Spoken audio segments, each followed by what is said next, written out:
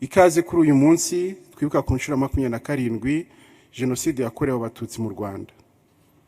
Kwibuka no guha umwanya w'icyubahiro abacu, kwibuka amateka ya jenoside yakorewe abatutsi no guharanira ko itazongera ukundi. Kwibuka kandi twiyubaka. Hano hatereye abantu bake bahagarariye abandi mu rwego rwo gukomeza kurwanya no kwirinda icyorezo cya coronavirus. Hari kandi n'abandi badukurikiye bari mu rugo. Gahunda y'uyu munsi iteye itya: aho mutwenyegereza uru rumuri. Nyakubahwa Perezida wa Repubulika, twakire Reverend Bataringaya mu isengesho.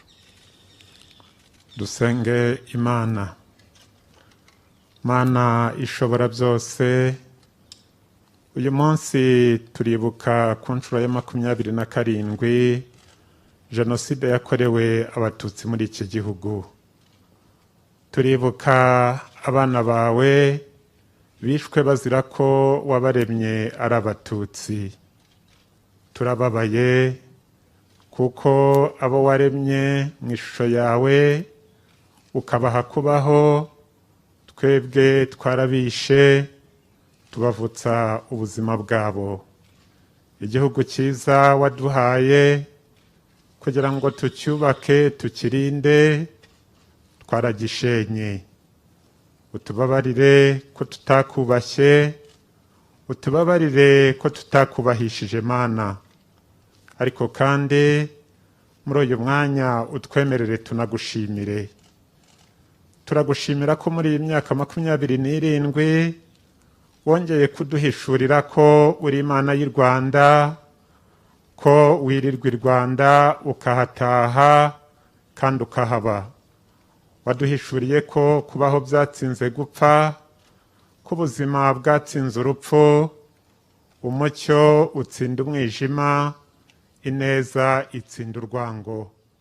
Turagushimira abo wakoreyemo bose n'abo wakoresheje kugira ngo iki gihugu cyongere kibeho ubuzima bushoboke. Abatakiri muri twe batabarutse nibaruhukire mu mahoro yawe, kandi abakiriho ubakomeze, ubakoreremo, ubakoreshe kubw'umugambi mwiza ufitiye iki gihugu n'abanyarwanda. Uhumurize abarokotse iyi jenoside yakorewe abatutsi muri iki gihugu cyacu. Uhumurize abababaye kandi ububakemo icyizere cy'ubuzima.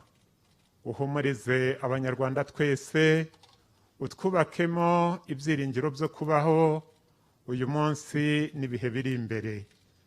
Mana, turagushimira uko wabanye natwe muri iyi myaka 27 kandi turakuragiza n'ibiri imbere.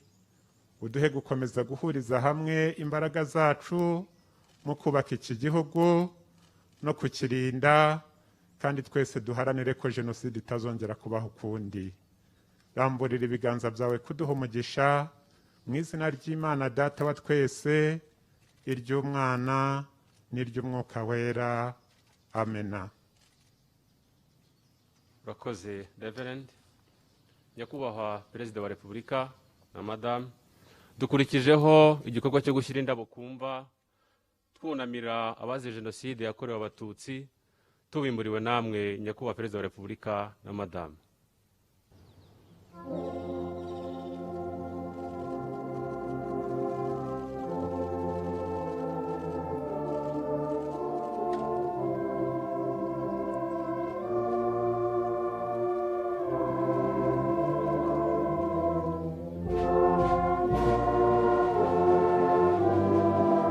Excellence, le doyen du corps diplomatique, je vous prie d'avancer pour rendre hommage aux victimes du génocide contre les Tutsis.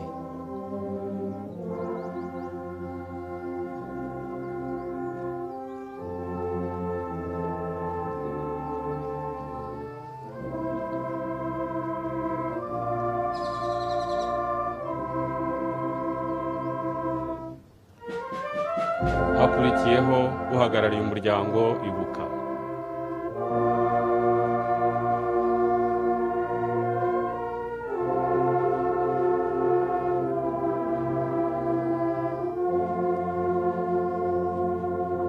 turakurikizaho uhagarariye umuryango Avega.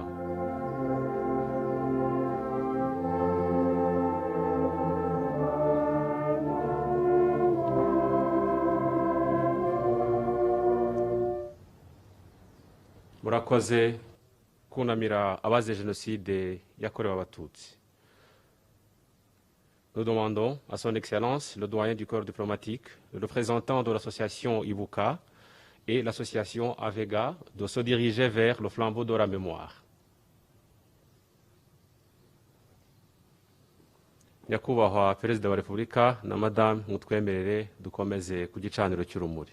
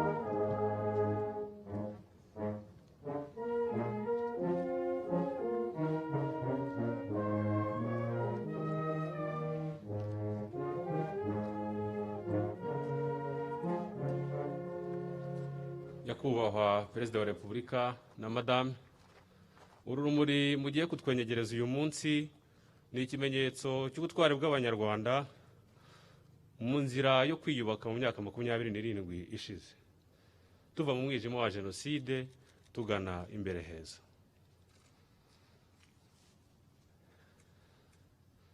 Nyakubahwa Perezida wa Repubulika na Madame, mwatera intambwe mukatwenyegereza urumuri rutazima.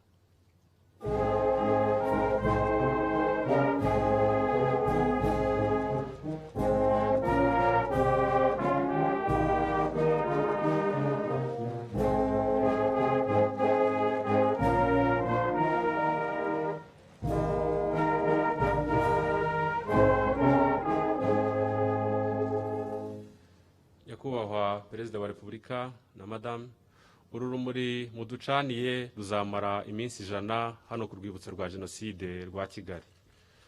Gahunda z'uyu munsi zigiye gukomereza kuri Kigali Arena. Murakoze. Merci beaucoup.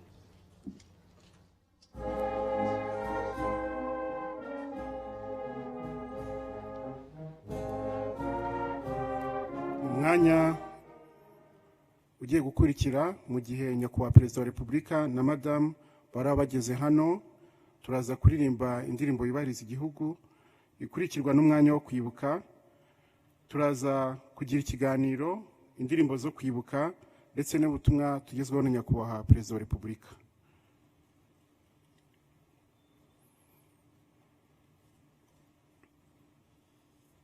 Mu gihe tugitegereje k'umushyitsi mukuru Nyakubahwa Perezida wa Repubulika agera hano, turakomeza n'indirimbo zituje zidufasha gukomeza kwibuka. Murakoze.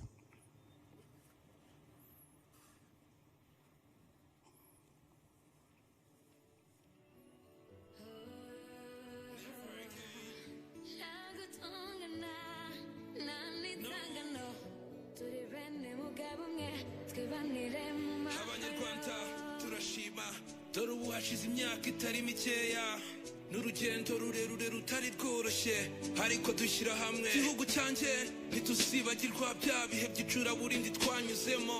Ubu nicyo gihe ngo dushyire hamwe tube mu mahoro dusenyera umugozi umwe mu rugamba rw'iterambere. Ibyo byose tuzabigeraho turi kumwe, ni ukwibuka twiyubaka, bityo n'amahanga hazatwigiraho. Y'amajoro y'amaraso, amanywa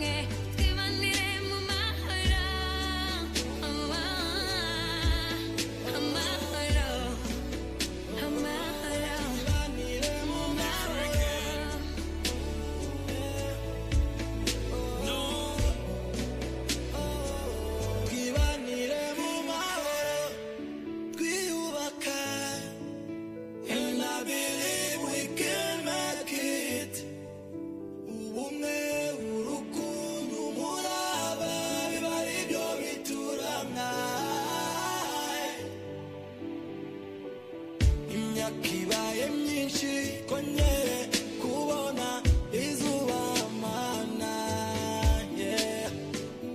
Igihe n'iki kwari mw'icuraburindi ntawizeraga yuko tuzongera kubona umucyo, yeah, yeah.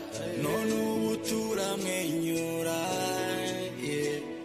Icyizere ni cyose n'amarira ukundi nta mibabaro ukundi ntibizongera kuba, never again. Twigire ku mateka, twigire ku byahise, twiyubakire igihugu nyire mu mahoro, nta gutongana nta n'inzangano, turi bene mugabo umwe twibanire mu mahoro, amahoro, amahoro, twibanire mu mahoro.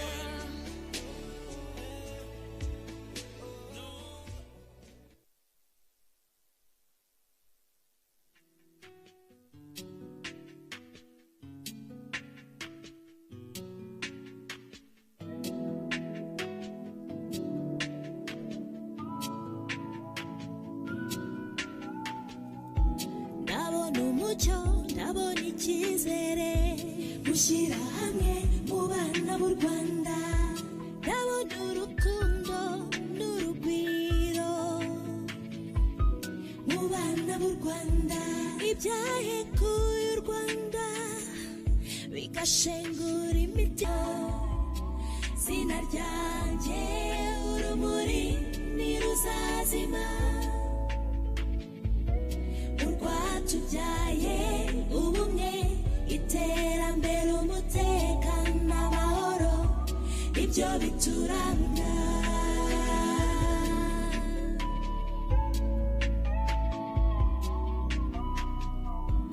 Abasigaye dukomere kandi dukomezanye, tweguranwa n'agahinda nubwo bitoroshye, iyaduhanze naho yagiye, ibyitugejejeho ni byinshi cyane.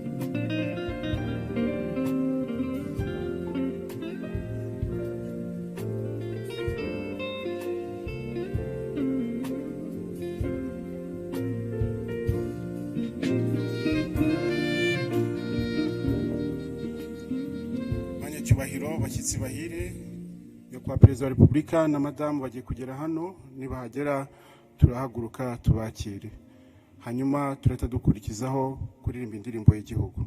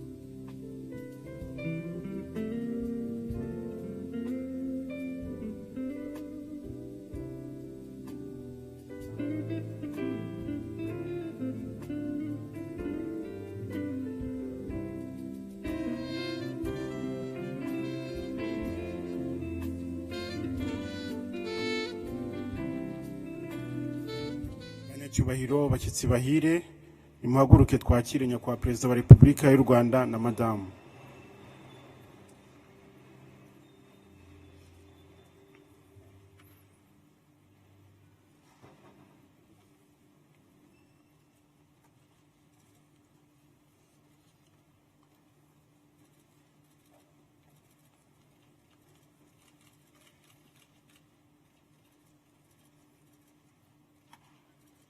Please remain standing for the national anthem.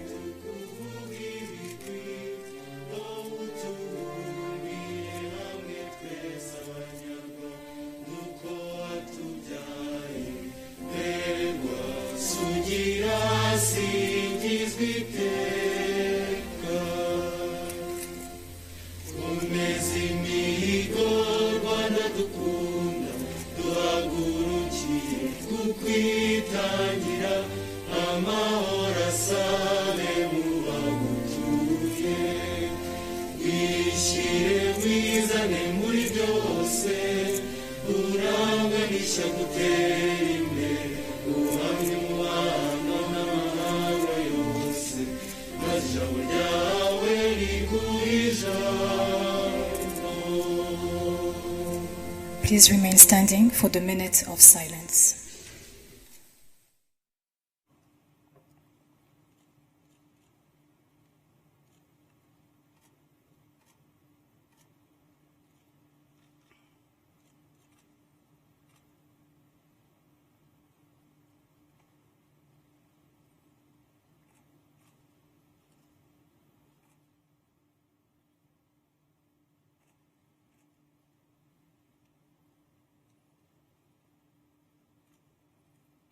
You may be seated.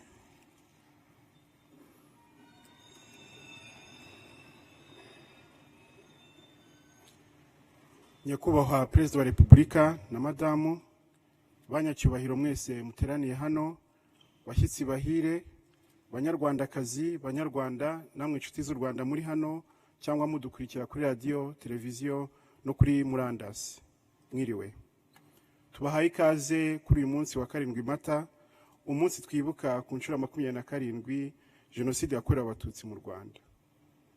Kwibuka n'umwanya wo bw'icyubahiro abacu, kwibuka amateka ya Jenoside yakorewe Abatutsi mu Rwanda no guharanira kutazongera ukundi. Twibuka kandi twiyubaka. Excellencies, honorable guests, ladies and gentlemen, we are honored to welcome you all, Rwandans and friends of Rwanda, present here at home, across our country and all over the world, on this solemn day of commemoration for Rwanda and our humanity, to remember more than 1 million men, women, and children slain during the 100 days of the genocide against the Tutsi in 1994. Today, we remember and unite as a Rwandan people, holding on to our shared culture, history, and values. We renew as a determined and forward-looking people while fighting together to put an end to this COVID-19 pandemic. Excellences, distingués invités, sans plus attendre, nous allons à présent regarder une brève vidéo de Kwibuka 27 sous le thème de cette journée, Mémoire, Unité, Renouveau. Cette vidéo reprend des messages, des témoignages de survie, résilience, mais aussi des messages de soutien d'amis du Rwanda partagés au cours des 27 dernières années.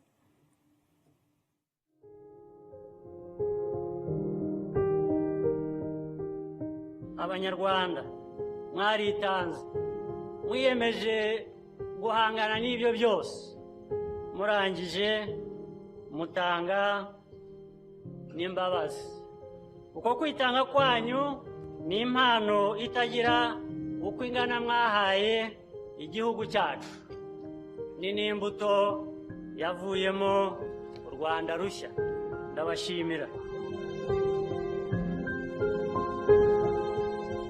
umuryango wanjye nige warokotse jyenyine kwa data bamasenge nta n'umwe bamarume bakoze amarorerwa imyaka bagasahura ibyo mu nzu bagasahura twasigaye n'imyenda barasahura nambitswe n'inkotanyi zinsanze mu gihuru ndazishimiye pe mu by'ukuri Imana yakoresheje inkotanyi zihagarika jenoside umuntu yibazaga yahitagamo gupfa byari biturutiye kubaho pe gupfa byari biturutiye kubaho. Uwo munsi barasamo hano tumaze gutarura abakomeretse naragiye umubiri wanjye wose guhera hano kubera ko twari twagiye duterura abantu bakomeretse mu ntoki wuzuyemo amaraso no ku maboko ndagenda nawe narose we ntushobora no kurashisha imbunda mwereka ntushobora no kurashisha imbunda ngo ubwire bariya ko muri hano arambwira ngo abimbwira mu cyongereza ngo it's not part of our mandate ngo umurimo dufite ubu ngo mu nshingano dufite ibyo kurasana n'abariya ntabwo birimo.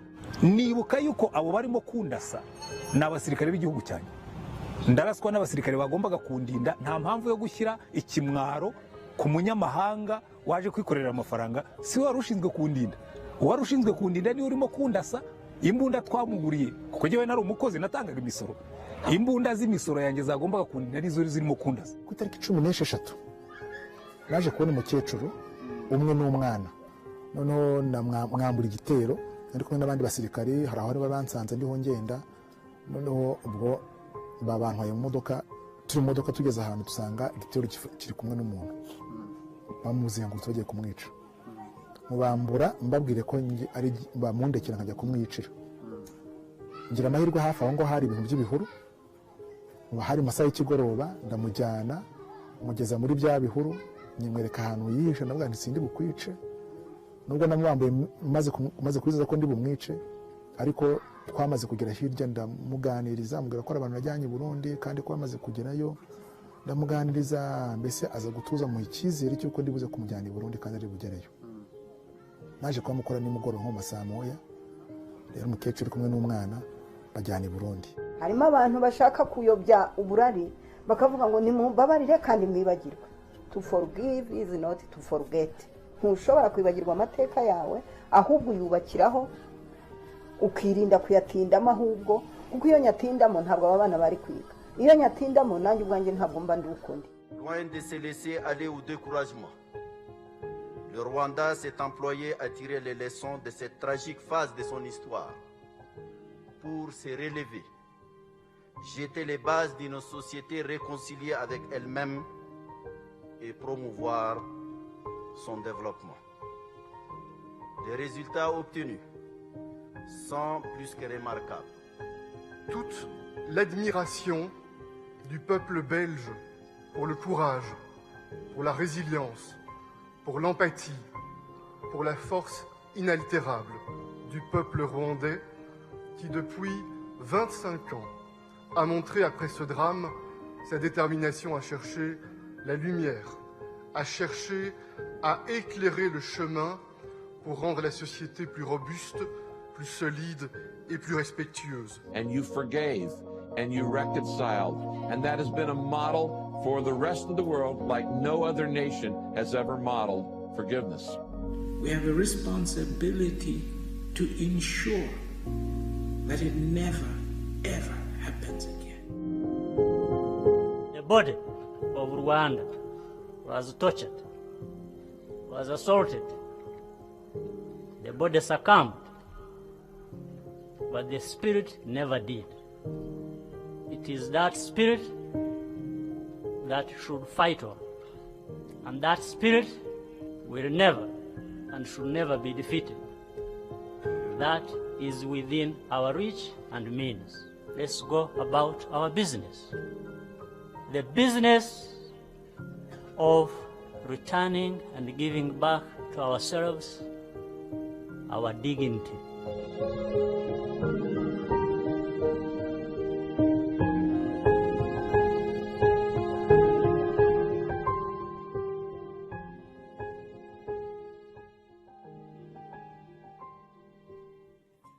Muri uyu mwanya twakire Dr Jean Damascene Bizimana umunyamabanga nshingwabikorwa wa komisiyo y'igihugu ishinzwe kurwanya jenoside. Ijambo ni iryanyu.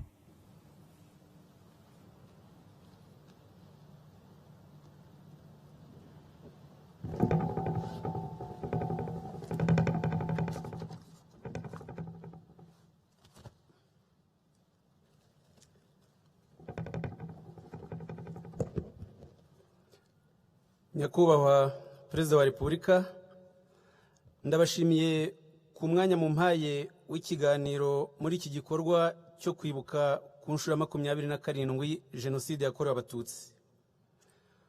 Nk'uko abakurambere babivuga ko umuryango utibuka uzima, kwibuka ni ngombwa kugira ngo dushobore kwiyubaka.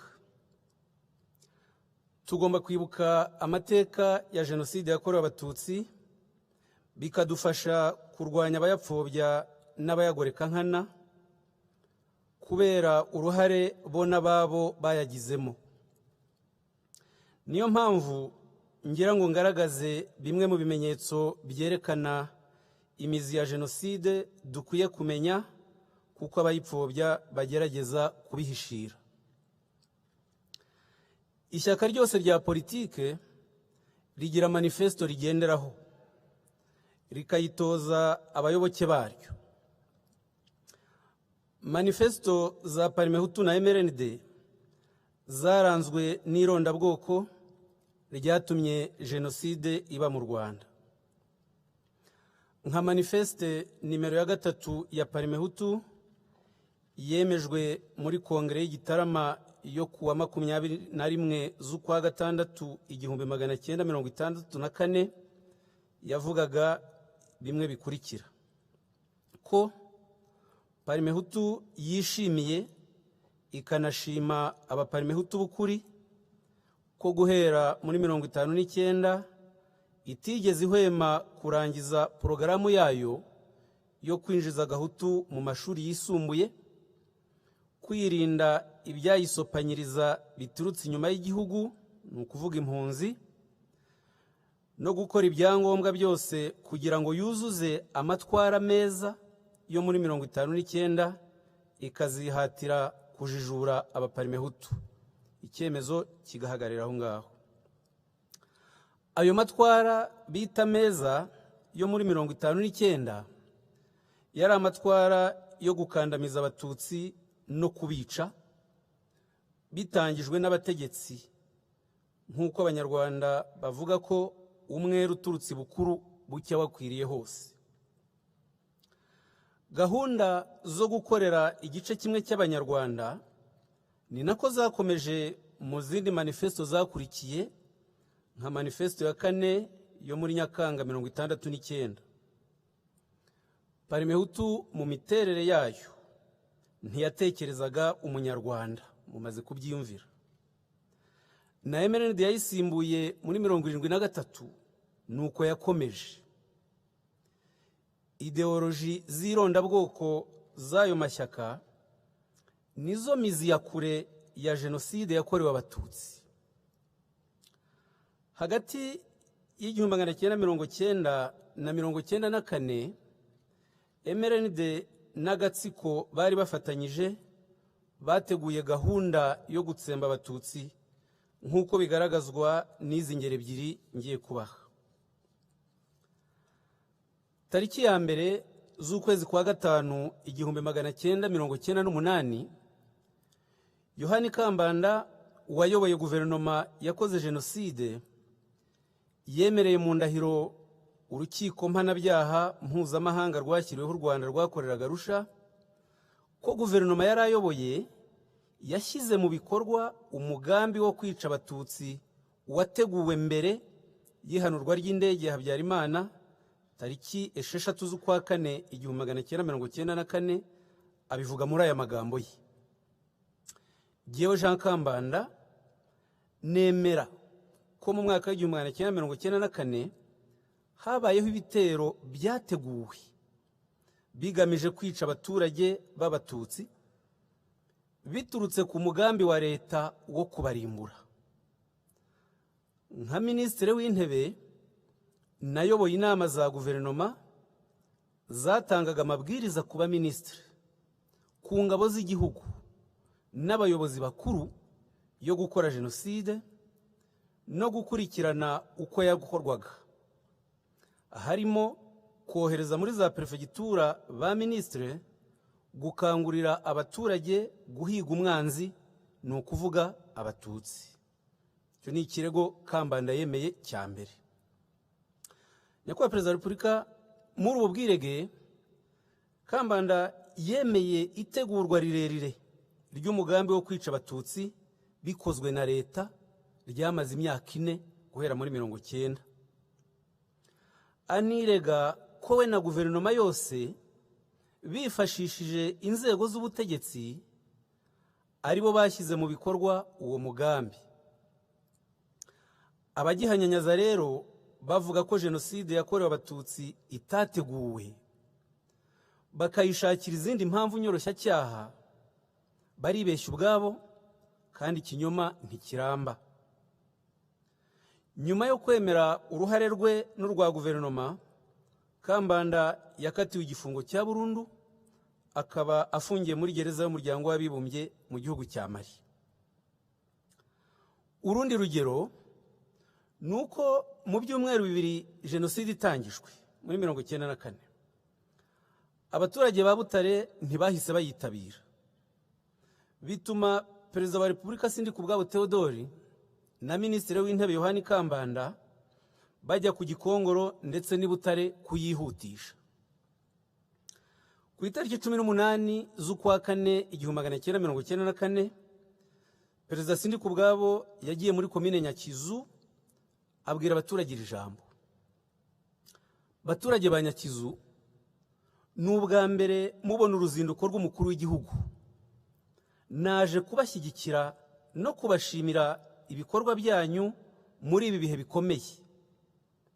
Nintaha ndaboherereza abantu bo kubafasha gukomeza aka kazi murimo, kandi ndaza kureba nuko nabagenera igihembo mukore nko muri 59. Kuba perezida wa Repubulika ashimira abicanyi agashishikariza abatarabukora kubwitabira abizeza kubibahembera ni ikindi kimenyetso cyerekana uruhare rwa leta mu itegurwa n'ishyirwa mu bikorwa rya jenoside yakorewe abatutsi mu Rwanda. Ku itariki 19 z'ukwa 4 muri 1994 Sindikubwabo avuye i Nyakizu yakoresheje inama ikomeye mu mujyi wa Butare akikijwe na bamwe mu baminisitiri be, avanaho perefe Jean Baptiste Habyarimana warwanyaga jenoside, amusimbuza uw'intagondwa Sylvain Sabimana, ategeka abanyabutare ko udashaka kwica uwiyita ntibindeba nawe yicwa. Jenoside yakorewe abatutsi itangira ityo i Butare, itangijwe n'uwari perezida w'igihugu. Sindikubwabo asaba kwica nko muri 59 yagira ngo yibutse abakuru ko uwo mwaka wa 59 ariyo ntangiriro yo kwigisha abaturage kwica abatutsi, kandi ko ababikoze ntawabihaniwe. Urugero ni Yozefu Habyarimana Gitera wari perezida wa Prosoma, watangije ikiswe amategeko 10 y'abahutu muri Nzeri 59, na za disikuru z'urwango z'abayobozi ba Parimehutu n'indirimbo za korari yabo abanyura amatwi zabibaga urwango, ababikoze bose ntawabihaniwe. Ahubwo abakoloni barabashyigikiye, nyamara barwanya ishyaka rya Inari ryari rifite muri manifeste yaryo guharanira ubumwe bw'abanyarwanda n'ubwigenge. Abayoboke baryo barimo n'abahutu nk'umunyamabanga mukuru Michel Rwagasana wari mwene se wabo wa Kayibanda baricwa. Mu Kuboza 1963 leta yakomeje ubukangurambaga bwo kwica abatutsi. Kayibanda na ba minisitiri be bagiye mu bufundu ku Gikongoro bakangurira iyicwa ry'abatutsi. Nyakubahwa perezida wa Repubulika, kugira ngo byorohe, leta yari yarabanje gushyiraho itegeko ku itariki 20 z'ukwa 5 1963 riha ubudahangarwa abisha abatutsi kuva muri 59, kandi rigateganya ko abarwanyije Parimehutu bo bazahanwa. Iyo niyo yabaye intangiriro yo kwimika umuco mubi wo kudahana mu Rwanda. Iyicwa ry'abatutsi muri 1963 ryakomeye cyane ku munsi mukuru wa Noheli. Hameneka amaraso menshi, bituma ababurokotse babwita Noheli y'amaraso. Biba umuziro kuri bo no kubabo kugeza muri 1994 wo kutarya inyama kuri Noheli, kuko byabibutsaga amaraso yamenwe ku munsi hibukwa ivuka rya Yezu. Igitangaje nuko no muri 1959 iyicwa ry'abatutsi ryatangiye ku itariki ya mbere Ugushyingo ku munsi w'abatagatifu bose. Yewe no muri 1994 jenoside yakorewe abatutsi yatangiye mu cyumweru gitagatifu cya Pasika. Uru ruhurirane rw'iminsi mikuru n'ubwicanyi hari isomo bikwiye kuduha, kuko hari na za kiliziya zimwe nka Nyamata, Ntarama zahindutse inzibutso. Nyange yo yasenyewe ku batutsi ku mabwiriza ya Padiri Seromba. Muri 1963 raporo nyinshi z'amahanga, inyandiko z'abanyamahanga bari mu Rwanda n'itangazamakuru mpuzamahanga zemeje ko iyicwa ry'abatutsi ari jenoside. Urugero rumwe muri nyinshi zihari, hari umwanzuro wa guverinoma y'Ababiligi wo ku itariki 7 z'ukwa kabiri 1964 washoje gutya: bitewe n'ibibazo biri mu Rwanda, cyane cyane ibirego bishinjwa guverinoma y'iki gihugu, birakwiye ko tubinyujije muri ambasade yacu mu Rwanda dutanga amabwiriza Ababiligi bagomba gukurikiza arebana n'ibikorwa bibera mu Rwanda byo kumaraho abatutsi. Ibihabera byafashe isura nini ku rwego mpuzamahanga, tukaba tugomba gukumira icyatuma Ububiligi bushobora kuzashinjwa kugira uruhare muri jenoside. Bagahagarira aho ngaho. Iri jambo jenoside rigaragara kenshi mu nyandiko zivuga ku bwicanyi bwo muri 1963, kandi bose bakabishingira ku miterere y'ubwo bwicanyi uko babubonaga. Basangaga bihuye neza n'ibiteganywa n'amasezerano mpuzamahanga agenga icyaha cya jenoside yo muri 1948. Iyicwa ry'abatutsi rihosheje, leta yashyizeho amategeko akandamiza abatutsi, nko kubuza impunzi kugaruka mu Rwanda, n'uwo bamenye ko yahageze agasubizwa iyo yavuye mu mahanga. Hari ukubambura imitungo yabo, kubajyana mu bice by'igihugu ku gahato bitari iwabo kugira ngo bahagirire imibereho mibi n'ibindi. Urugero ni iteka rya Perezida Kayibanda ryo ku itariki 26 z'ukwa kabiri 1966 ryemeza ko abatutsi bahunze igihugu aribo babyiteye, ko ari nabo bagomba kwirengera ingaruka zabyo. Nyamara bahunze bicwa, batwikirwa nk'abatagira igihugu. Perezida Habyarimana mu byemezo bya mbere yafashe akigera ku butegetsi, nk'icyemezo yafashe ku itariki 25 z'ukwa 10 1973, amaze amezi 5 gusa ageze ku butegetsi, ni ugushimangira amabwiriza yose yashyizweho na Kayibanda yo gutoteza abatutsi, cyane cyane ayo gukumira impunzi. Nyakubahwa Perezida wa Repubulika, nubwo hari ibyo byose, nta kibi kiganza cyonyine. Hari Abanyarwanda n'abanyamahanga babirwanyije. Muri 1959 bamwe mu Bahutu bafatanyaga n'abatutsi guhangana n'ibitero by'Abaparimehutu, bikerekana ipfundo ry'ubumwe Abanyarwanda bibonagamo iyo ubutegetsi bubi butabavangira. Muri 1963 nka Padiri de Jambrine wabaga mu Cyanika ku Gikongoro yarwanyije uko ashoboye iyicwa ry'abatutsi. Hari benshi cyane bamukesha ubuzima, ubu ari mu kiruhuko cy'izabukuru mu Bubiligi. Padiri Reginald Grender wabaga i Nyamirambo nawe yarwanye ku bapfakazi n'abana b'abayoboke ba inari bishwe muri 1963, bituma asubiye iwabo mu Bubiligi muri konje, leta imubuza kugaruka mu Rwanda bamuhoye icyo gusa.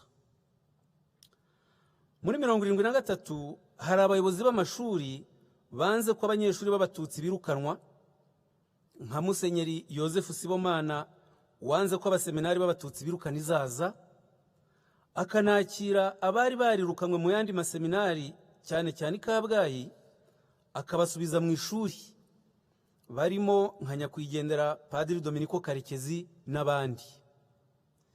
Icyo gihe nanone Padiri Umusaleziyani Lionel wayoboraga Eto Kicukiro na Padiri Dominiko Notom wayoboraga seminari ntoya ya Saint Paul Kigali barwanye ku banyeshuri b'abatutsi banga ko birukanwa mu mashuri. Izo ni ingero nziza zikwiye kujya zibutswa mu mateka ya Jenoside yakorewe Abatutsi, ntiduhamane ibibi gusa, bityo ku munsi nk'uyu wo kwibuka tukanashima ubutwari bw'abo bantu. Nyakubahwa Perezida wa Repubulika, urugamba rwo kubohora igihugu rutangiye muri 1990, bitewe n'ako karengane kose kari karimitswe na leta za Parmehutu na MRND, Perezida Habyarimana nawe yatangije gahunda ya Jenoside ku Batutsi irangwa no gufunga abiswe ibyitso by'inkotanyi no kwica Abatutsi henshi mu gihugu, ahereye mu duce yakomokagamo we n'abo bari bafatanyije twa Gisenyi na Ruhengeri. Kuva muri 1991 ijambo gutsembatsemba ryakwijwe mu itangazamakuru, nko muri Kangura yo ku itariki 9 z'ukwa 2 1991, aho banditse ngo mureke tumenye inkotanyi n'abashyigikiye FPR maze tubatsembatsembe. Itariki 9 z'ukwa 2 muri 1991. Disikuru nyinshi za Habyarimana n'iz'abayobozi ba MRND zahamagariye Jenoside, nk'iyo yavugiye mu Ruhengeri ku itariki 15 z'ukwa 11 1992, avuga ko imishyikirano y'amahoro ari ibipapuro bidafite agaciro, ko igihe nikigera azakora ku nterahamwe bakamanuka. Kuwa 22 z'ukwa 11 1992, Leo Mugesera wari umujyanama wa MRND muri politike akaba na vice perezida wayo ku Gisenyi, yavugiye mu nama rusange y'abaturage yari yakoreshejwe ku Kabaya muri Ngororero aho akomoka, ko Abatutsi bagomba kwicwa bagasubizwa aho yisi wabo muri Ethiopia banyujijwe muri Nyabarongo, kandi koko bahise bicwa nabi.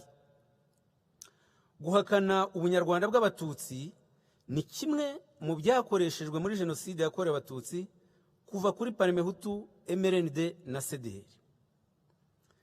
Mu gutegura Jenoside, inzego zose zarifashishijwe. Mu basirikare hashyizweho ishyirahamwe ryitwaga Masasu, ryayoborwaga na Bagosora wiyitaga Komanda Mike Tango. Ku itariki 21 z'ukwa 9 muri 1992, ubuyobozi bw'ingabo bwatangaje inyandiko igena ko Umututsi ari umwanzi w'u Rwanda. Muri uwo mwaka kandi hashinzwe ishyaka ry'intagondwa CDR. Muri 1993 andi mashyaka ashyirwamo igice cy'intagondwa cya Hutu Power. Itangazamakuru Rutwitsi ryongerwamo RTRM ku itariki 8 z'ukwa 4 muri 1993.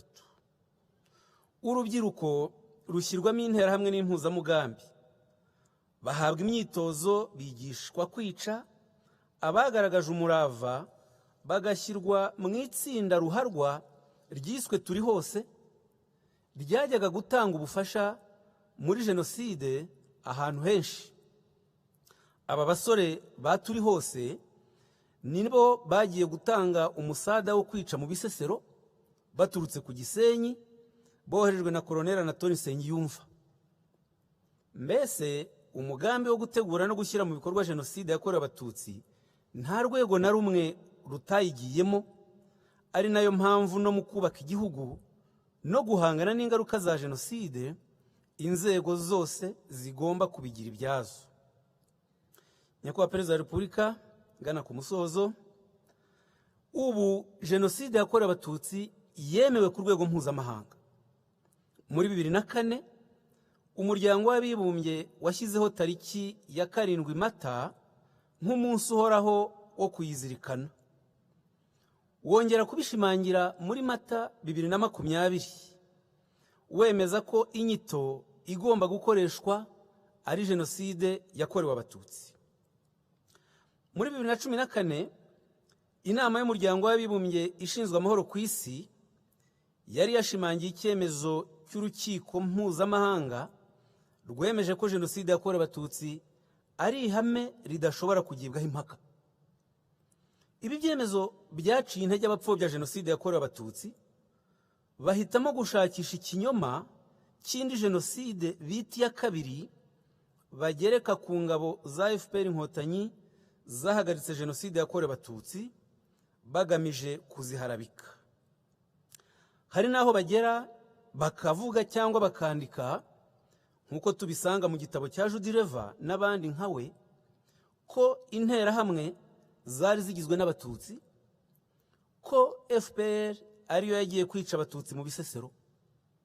Ibyo byose bakabivuga bagamije gushakisha uko abajenosideri bagarurirwa icyizere biyambuye bahitamo gutsemba abatutsi muri jenoside. Ariko kimwe mu bibagora mu binyoma byabo ni ukwerekana uwaba yarahagaritse iyongerwa jenoside ya kabiri bahimba, cyangwa kwerekana aho umugambi wo kuyikora wacuriwe n'ibiwuranga, nk'uko Kambanda yerekanye aho umugambi wo gukora jenoside ku batutsi wakorewe n'ibyawuranze. Ikindi abapfobya jenoside yakorewe abatutsi bakora ni ukwifashisha imbuga nkoranyambaga n'itangazamakuru ribogamye bakibasira abarwanya ingengabitekerezo ya jenoside n'abagaragaza ukuri kw'amateka bashaka kubaca intege ngo ikinyoma cya jenoside ebyiri no gusebya ubuyobozi bw'u Rwanda bibe ari byo bihabwa intebe. Ntibazabigeraho. Oya, ntibazabigeraho na buke. Amateka ya jenoside yakorewe abatutsi azakomeza gusigasirwa, kandi hari ibimenyetso byivugira byerekana ko atazasibangana, nk'uko bigaragazwa n'umubare w'abarokotse jenoside bandika ibitabo by'amateka yabo ugenda wiyongera. Mu butabera, ibibazo u Rwanda rwaterwaga n'ibyemezo bibi by'urukiko mpuzamahanga byarakemutse. Ubu u Rwanda rugishwa inama zikanitabwaho. Niyo mpamvu abahamijwe jenoside nka Augustin Ngirabatware wasubirishagamo urubanza urukiko mpuzamahanga rwabitesheje agaciro ahanishwa igihano cy'imyaka 35. Bagosora na Semanza basabaga gufungurwa batarangije ibihano, nk'uko byagenze hafungurwa baruharwa barimo Nahimana Ferdinand, urukiko ntirwabibemereye. Ubushinjacyaha bw'urukiko mpuzamahanga bufatanya n'u Rwanda gushaka amakuru. Ni imwe mu mpamvu zatumye Kabuga afatwa. Biratanga icyizere ko n'abagishakishwa bazafatwa. Iyo abenshi mu rubyiruko tuganira nabo bumvise aya mateka arabababaza. Ntibiyumvisha uburyo guverinoma zategetse igihugu zafashe umugambi wo kubwiriza abaturage kwica. Ntibaniyumvisha uburyo hari abakuru bapfobya bakanahakana amateka azwi n'isi yose ya jenoside yakorewe abatutsi. Ndetse no mu bayipfobya ugasangamo urubyiruko, nk'uko mu bashowe muri jenoside nabwo harimo urubyiruko. Ibi ariko biha urubyiruko rw'u Rwanda imbaraga zo kurwanya ingengabitekerezo ya jenoside batizigama, bagashyigikira imiyoborere myiza u Rwanda rufite. No mu batahutse bavuye mu mashyamba ya Kongo harimo urubyiruko rwinshi. Bashima uburyo bakiriwe mu gihugu cyabo, bakambangana abakuru babafataga bunyago muri Kongo bababeshya ko nibataha bazicwa. Babikoraga bagamije guhisha uruhare rwabo muri jenoside yakorewe abatutsi. Urubyiruko ruri mu mahanga rukiboshywe n'ingengabitekerezo ya jenoside rwinjijwemo n'abakuru rukwiye kumva ko ubu ngubu u Rwanda ari urwa twese, bakaza gufatanya n'abandi banyarwanda kubaka igihugu aho guhama mu icuraburindi ry'abifuza gusenya u Rwanda. Murakoze, ndabashimiye nyakubahwa Perezida wa Repubulika.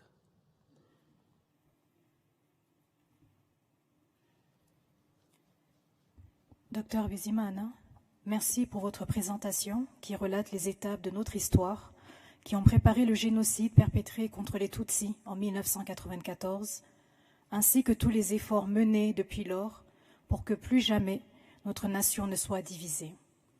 I would now like to invite the Nyundo School of Music to perform a song of remembrance.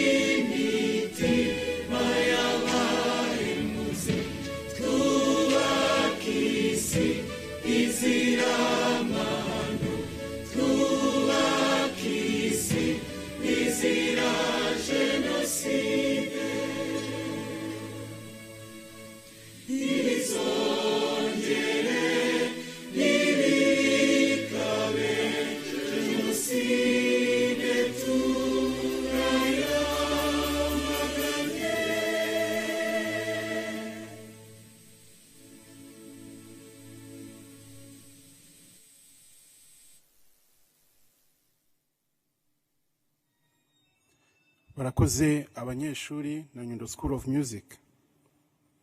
banyacyubahiro bashyitsi bahire, tugeze mu mwanya wo kwakira ubutumwa bw'uyu munsi. Nyakubahwa Perezida wa Repubulika, uyu mwanya ni uwanyu.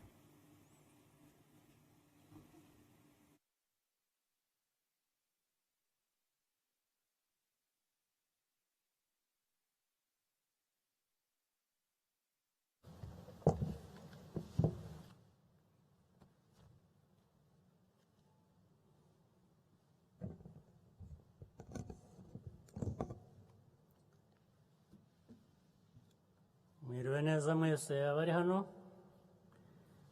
bayobozi b'inzego nkuru z'igihugu cyacu, bashyitsi,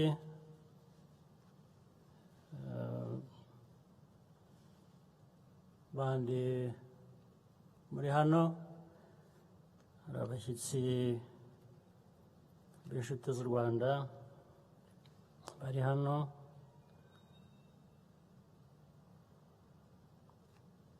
abahagarariye ibihugu bijyanye n'imiryango mpuzamahanga,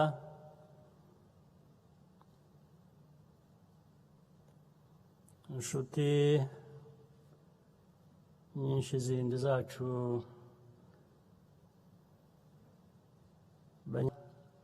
mwese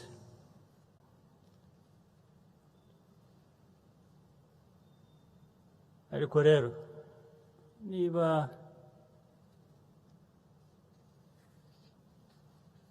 abahakana amateka, ibyabaye, bitabatera isoni, jyewe, wowe, twagirira iki ubwoba bwo guhangana nabo?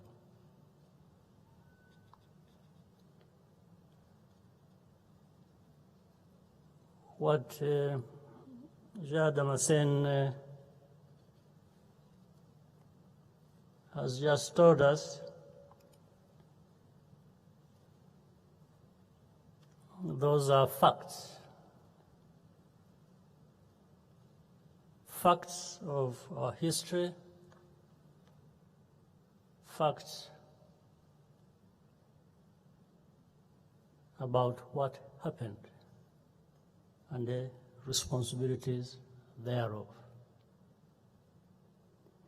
For those deniers, if they have no shame, why should I have fear? Ndabashimiye mwese kuba mwaje muri uyu muhango, nubwo yari inshuro ya 27 twibuka abacu, ntabwo uyu muhango tuwufata nk'ibisanzwe. Buri gihe utwibutsa byinshi bikomeye. Kugeza uyu munsi turacyabona imibiri y'abajugunywe mu byobo hirya no hino mu gihugu.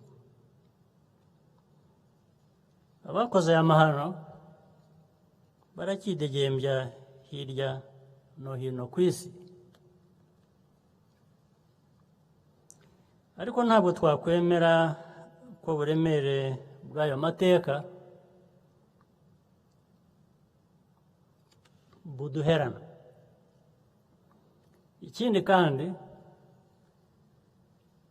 ni inshuro ya kabiri kwibuka bibaye muri iki gihe cy'icyorezo cya COVID-19.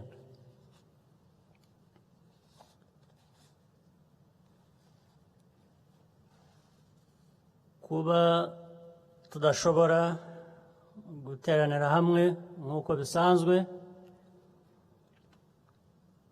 birongerera agahinda abarokotse jenoside, kandi ukwihangana kwabo no kudacika intege ari byo biduha imbaraga zo gukomeza kwiyubaka no kubaka igihugu.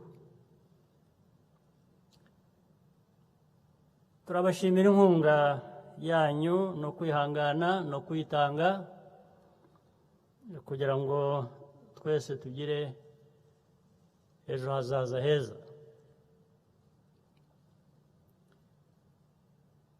Kongera kubaho nk'igihugu tubikesha abanyarwanda benshi bashatse kubaka u Rwanda rwiza rubabereye, bakanga kuba ibikoresho by'abayobozi babi.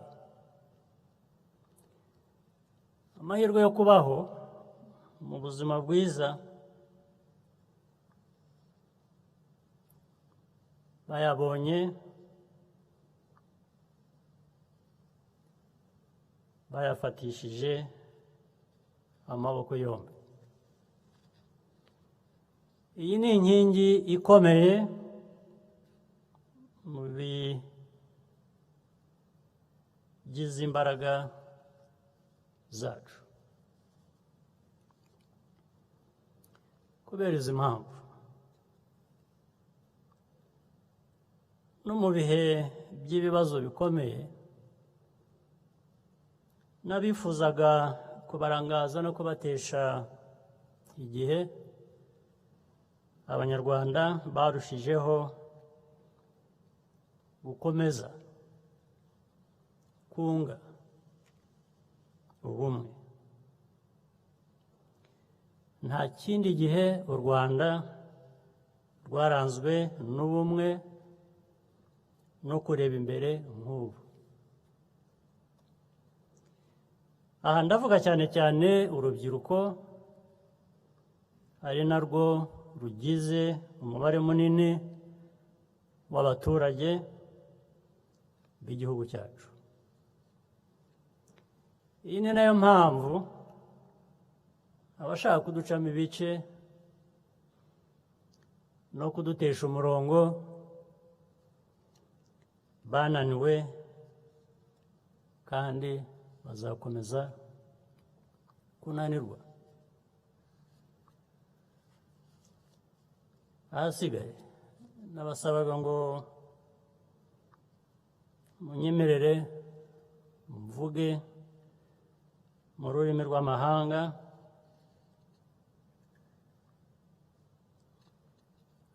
n'abashyitsi bacu bashobore gukurikirana cyangwa se abatari kumwe natwe bari hanze, ngira ngo mbwire bumve.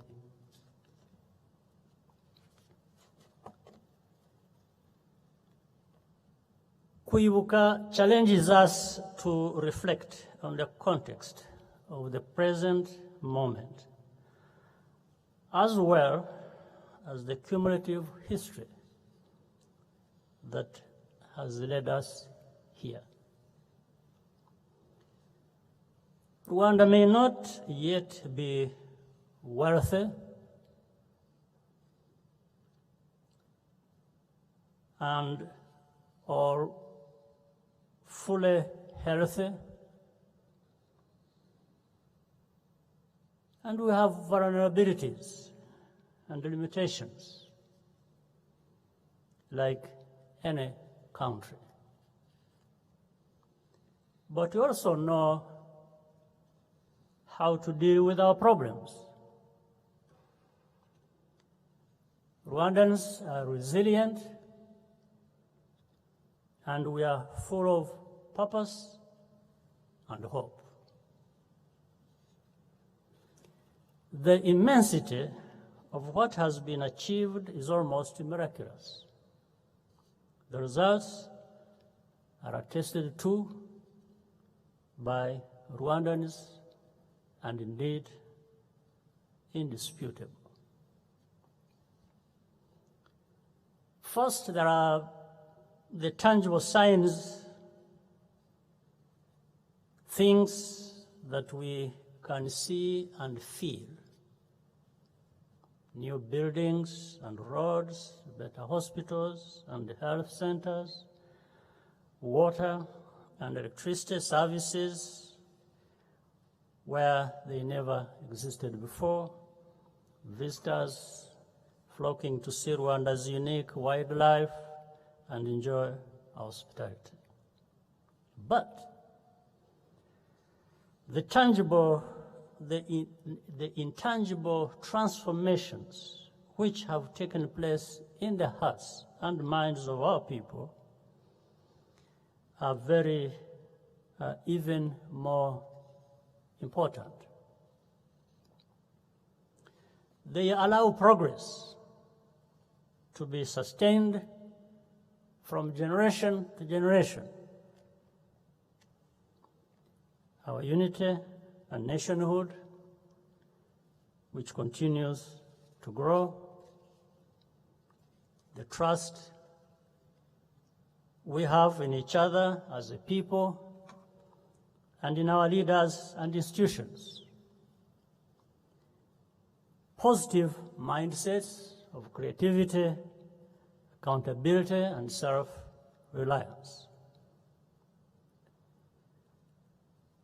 The satisfaction of seeing Rwanda's story serve as an uplifting symbol of renewal, even, hopefully, beyond our borders. The collective self-assurance that comes from the spirit of Agaciro, which inspires everything we do. The Rwandans of today have gained a lot, which means we have something precious to defend. This requires constant vigilance, along with a commitment to introspection and honesty. Decades, even centuries of progress can be wiped away in the blink of an eye. We have seen examples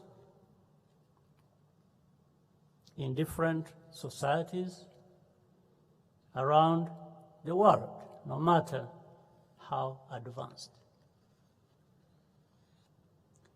I know for certain that Rwandans will always be ready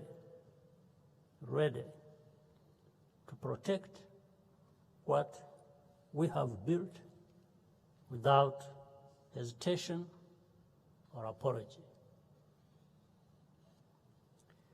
Like every country,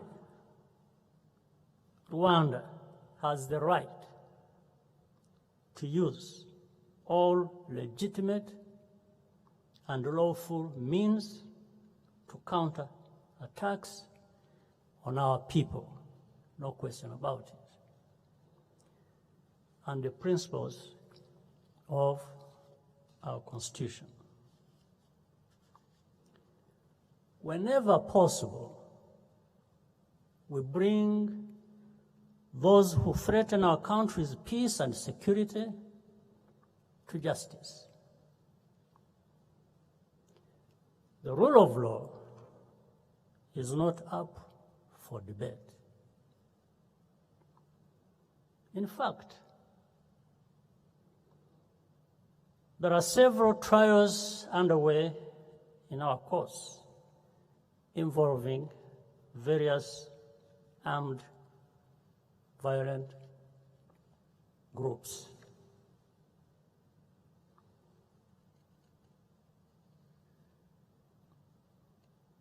You know,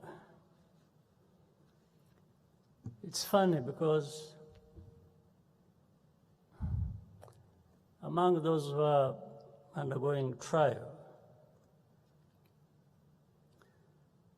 there are those who have been living outside,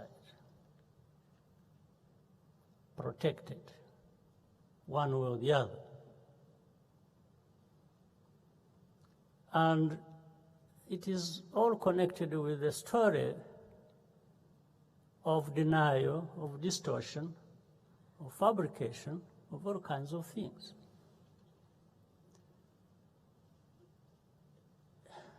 It's interesting to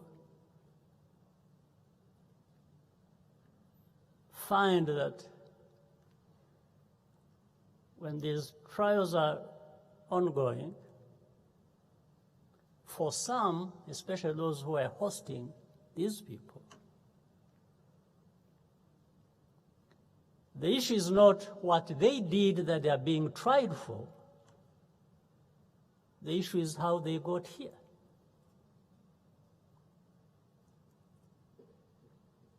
Fine. If they got here the wrong way, we can still talk about that. There's no problem. We can talk about how these people got here. But shouldn't we concentrate also on what is more important? That is why they are being tried in the courts of law. You know, it's not too complicated to understand that, but you can figure out for yourselves why it happens that way. Maybe we'll get to understand more as we go on.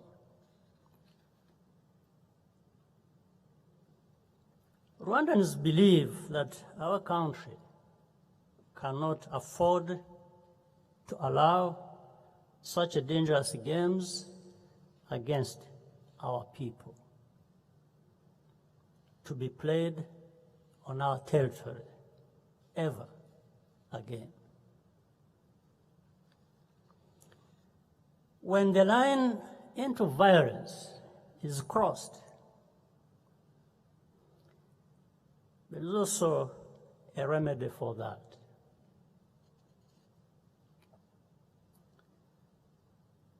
Most of these actors sought international relevance by killing innocent people and threatening our economy.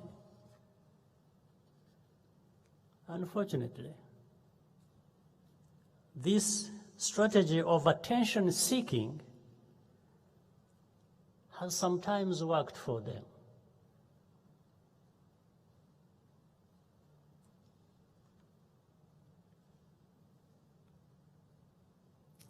You know,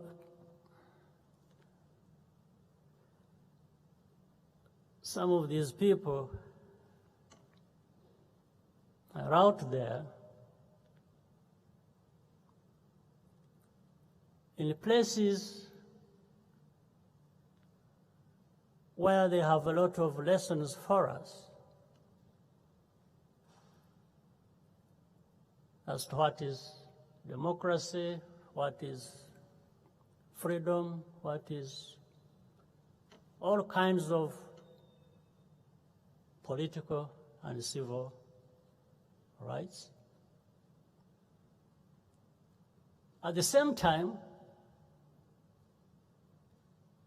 they embrace these people, protect them, defend them, speak for them, because they are saying these are people who want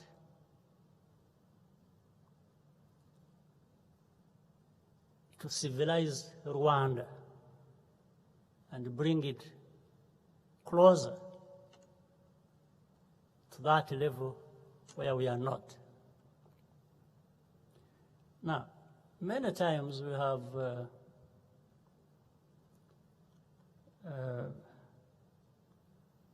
I'm trying to get to the bottom of the question I would ask. Why is this? Why does it happen? Maybe we'll come to it later, but I just want to tell you a few things. There are a couple of cases where we told their hosts, the hosts of these criminals, that those are actual criminals. They have either killed our people, they have stolen, they have raped, they've done all kinds of things. And we have asked them to try them. And no, they say, no, these are critics of leaders of Rwanda.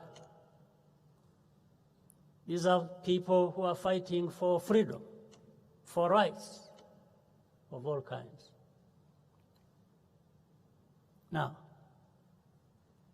what is interesting again, it doesn't take very long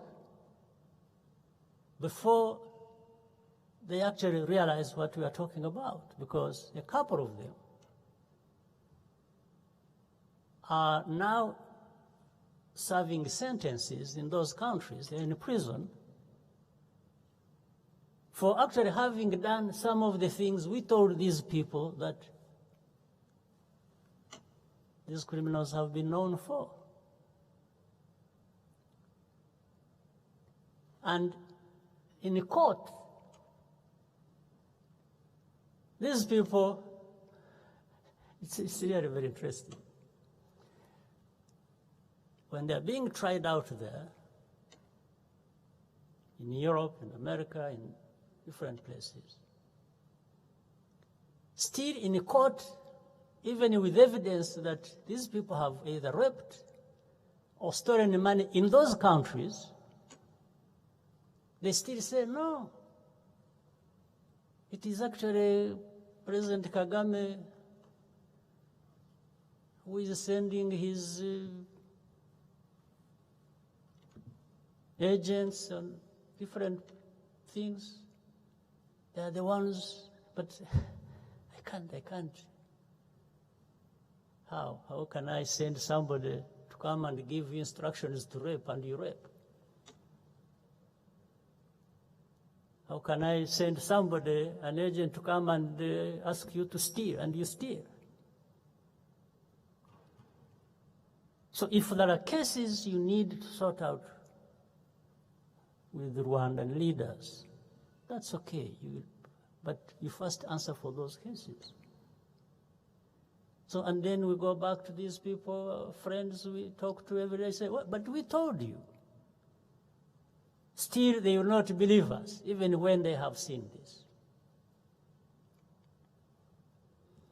You heard the other day when the person who was brought here, and the question is how he got here, not how he was associated with, was leading a group that was killing people here in Rwanda. You saw how others still in those countries, when somebody testified in the courts here and confirmed what they were being accused of and said they were planning it outside where they lived, recently one or two people came up and said, yes, that is true. What the other one said in the court is true. In other words, he's admitting that they are actually doing these things they are accused of. But it's like they are saying, well, but here we are protected. Nothing is going to come. Nothing is going to happen to us. And maybe you're also not going to be able to bring us there where you have brought that one. So you can see how disturbing this is, but yes, we fully understand the world we live in. So, disgraced former officials, motivated by petty resentments, have spent years cultivating influential foreign gatekeepers with a flimsy campaign of lies.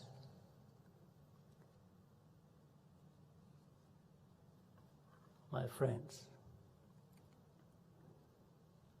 you can tell any lie about me. You are free to do so. You can pile up tons of lies. It won't change me. Absolutely not. It won't change this country to be what you want it to be. It doesn't matter how many lies. That I can promise you.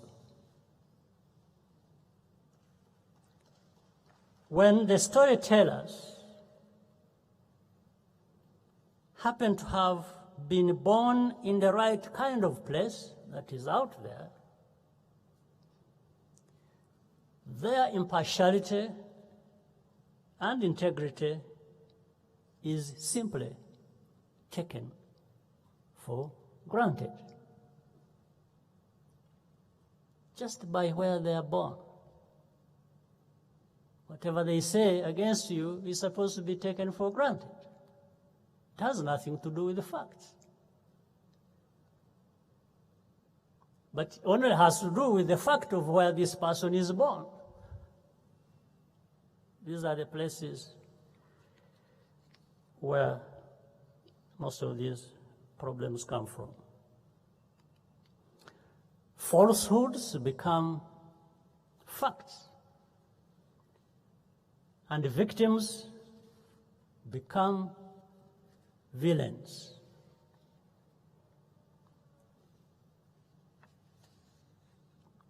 Acts of terrorism are portrayed as principled expressions of opposition and dissent, while Rwanda's response is singled out for criticism. Let me tell you this. We will be happy to be criticized for doing what we have to do and believe that we have to do against these acts against us.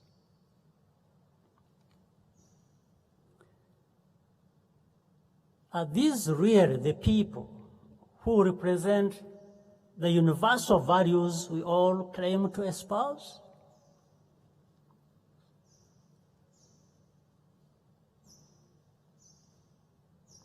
It is outright wrong. It's wrong. It can't be otherwise. We are left wondering how many bodies there have to be before we are seen as having the right to take appropriate action. Do you remember the famous interview in the old days, 1994, where people had problems of naming what was happening in Rwanda at that time? Some people are struggling to call it genocide. Well, today we have another struggle. People are struggling to call it now genocide against the Tutsis. But the problem of definition started way back in 1994. Or just simply naming it what it was. And somebody, I think a journalist asked somebody and said, because you're saying, do you now you call it genocide? The other one said, no. He said it is acts of genocide. Then the journalist asked, how many acts of genocide does it take to call it genocide? Do you remember that story, or that interview? So it is surprising that we still have the same discussion 27 years later. It's amazing.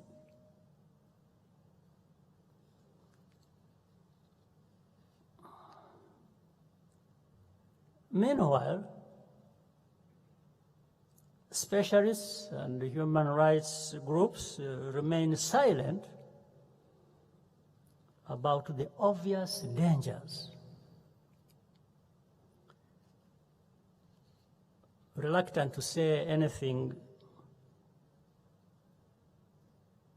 that might be seen to vindicate the Rwandan government. The cynicism and hypocrisy reflected in such bigoted narratives is breathtaking.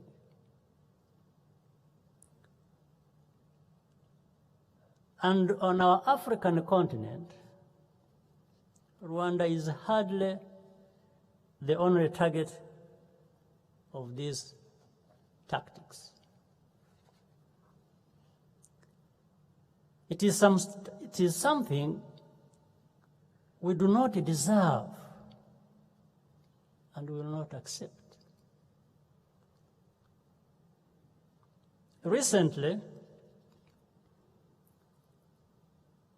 a commission of historians appointed by the French government released a detailed report after reading official archives that had remained secret. The report shows that President Mitterrand and his closest advisors knew that a genocide against the Tutsi was being planned by their allies in Rwanda. That's what Dr. Bizimana said. Despite that knowledge, the president decided to continue supporting them because he believed this was necessary for France's geopolitical position. So Rwandans' lives were just pawns in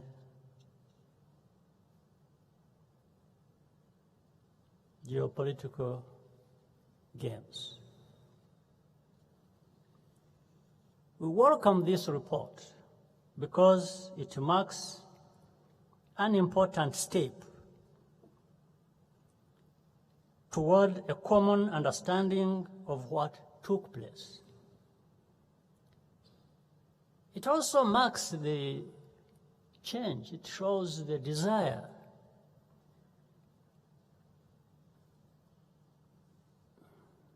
even for leaders in France to move forward with a good understanding of what happened. And we welcome this. We welcome this. We are going to have the report presented to us. We have been informed about it, and it's a good thing. Rwanda will also have a word to say in the near future. In fact, it is maybe around the third week of this month.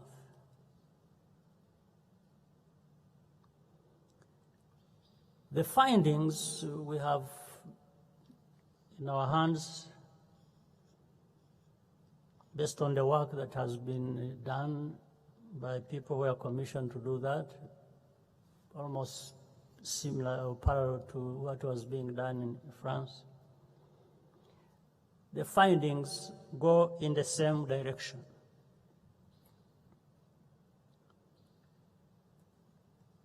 The important thing is to continue working together to document the truth. This is the truth. The decades-long effort by certain French officials to cover up their responsibilities has caused significant damage. History was falsified by promoting the lie of the so-called double genocide, including with the mapping report. Fraudulent court cases were launched in Europe against our officers and officials. Genocide suspects were granted safe haven, and Rwanda's extradition requests refused.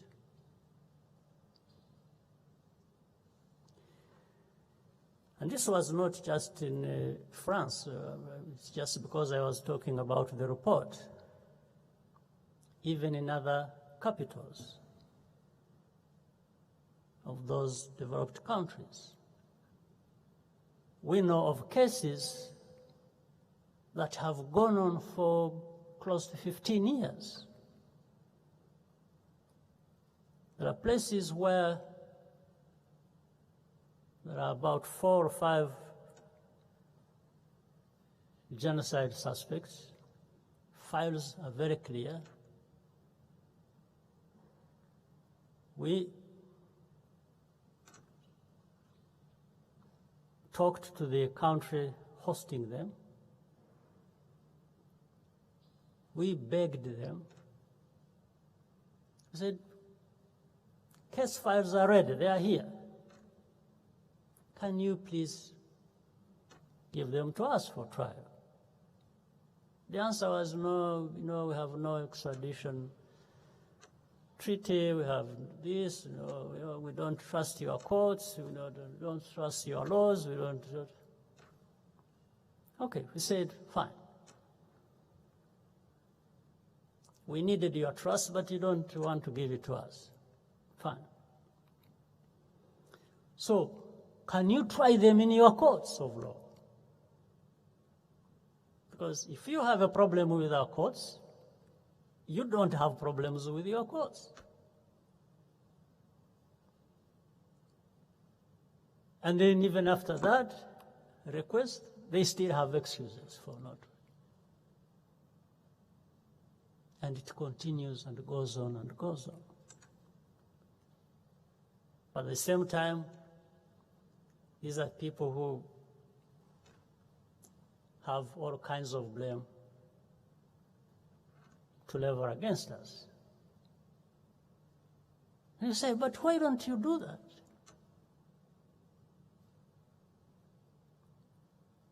Are you not ashamed of protecting genocide suspects? Covering up for them for any reason?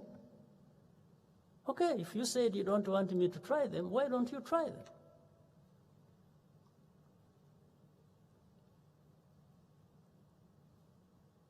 It's the same people who question the use of genocide against Tutsis. And by the way, that I think genocide, which We are not the ones who invented it. This word was coined by some other people long ago, long before our own tragic situation. But somebody says, you know, we don't want to accept that this is a genocide against the Tutsis because peacekeepers died, foreigners died, Hutus died, everybody died who was killed. I mean, so look, even if you thought those were your facts, the facts, how does this stop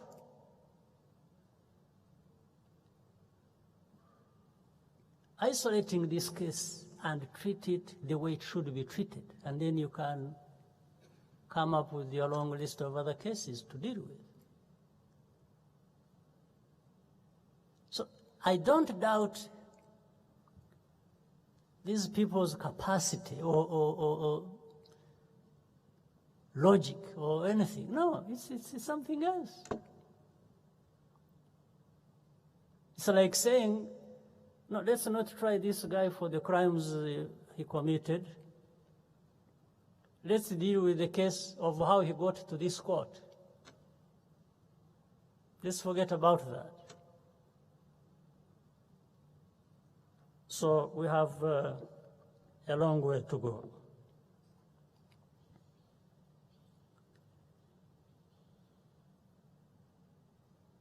So when these genocide suspects are granted safe haven and extradition requests refused, it has a direct consequence. And we have seen a massive increase in genocide denial and revisionism, which will take years to reverse. Well-known publishers release books accusing the RPF itself of having masterminded the genocide in order to take power. This is what I think Dr. Bizimana earlier on referred to as well. What is even more disturbing is that too many people who know better prefer to stay out of it by keeping quiet. A few years ago, a country, I remember, issued a statement to mark the commemoration of the genocide. This was really supposed to be, normally on this day, we can get a statement of solidarity or not. If you don't send us a statement of solidarity, we won't complain.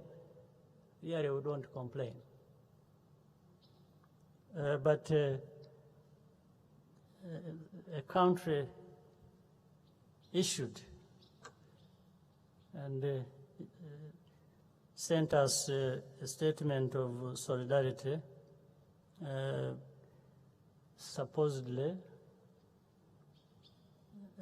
but they said, well, you know, we are with you, genocide, so on and so forth. Then it started, there were more chapters about human rights violations, about governance, about, in the same solidarity message. So I took time and wrote back and just placed one request, simple request. I said, you know, this day, 7th of April, is a commemoration day. And it's just one day in 365 days of the year, just one day. So I asked them, I said, can't you spare us just this one day? And then for the remaining number of days, 364, you can write anything you want. You can abuse us, insult us in any way you want for the rest of that year. I said, but spare us this day. Fortunately, I think they got the message. So they have learned to separate. But there are others who don't learn. There are others who don't learn and who maybe on the way are their statements saying the same things. But we really have space to accommodate that as well.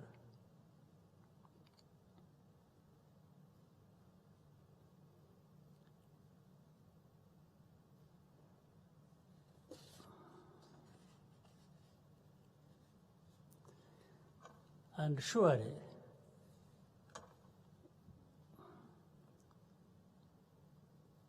and yet, despite a unanimous resolution by the United Nations General Assembly, there are still one or two countries which stubbornly refuse to use the phrase genocide against the Tutsi. In the whole of the General Assembly, they have that understanding and agreement except one or two. Just as they resisted using the word genocide that I told you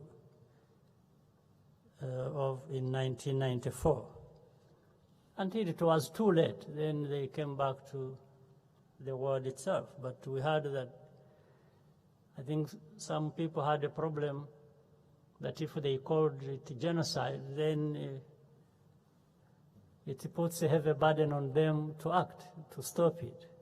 So they were really trying to avoid the heavy burden of stopping it by refusing to call it genocide.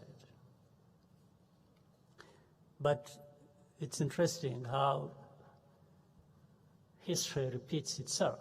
So we have almost gone full circle. From 94 to now, we have a repetition of questioning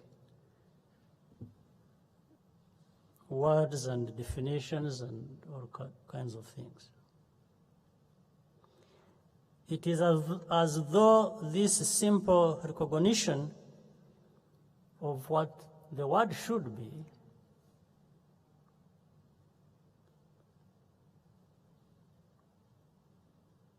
would be a reward bestowed on Rwandans in exchange for good behavior, in their view. In their view, you behave the way they want you to behave, and then they'll give you a gift, a reward of recognizing what it is. What a shame.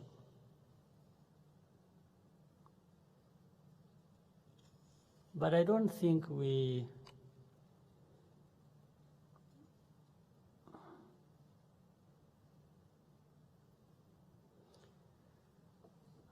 cannot respond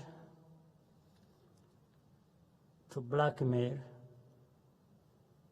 on such matters of principle. Unfortunately, a new generation of Rwandans in the diaspora, this is a really small group, who have no personal responsibility for what happened in 1994, draw on these accounts to repackage genocide ideology as a critique of governance and human rights. And they're picking it from there or being supported by that. For us in Rwanda, we are not being held back. We move forward. There is no difference so big that a hand extended in good faith will not be reciprocated. That is how we Rwandans are, who our history has made us. But the currency of forgiveness is truth.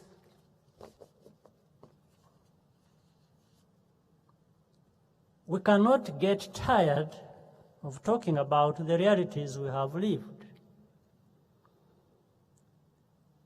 On this most solemn of days, I wish to close by thanking Rwandans for remaining dedicated to the task of unity and reconciliation. We also thank the many friends around the world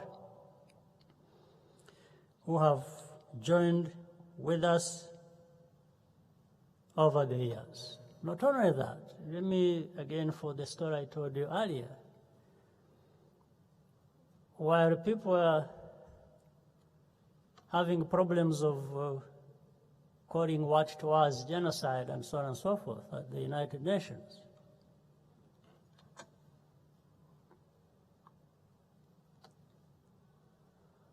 among those having problems at the time, even being the Secretary General of the day of the United Nations. You know, some amazing countries and their representatives stood up and stood out and said no.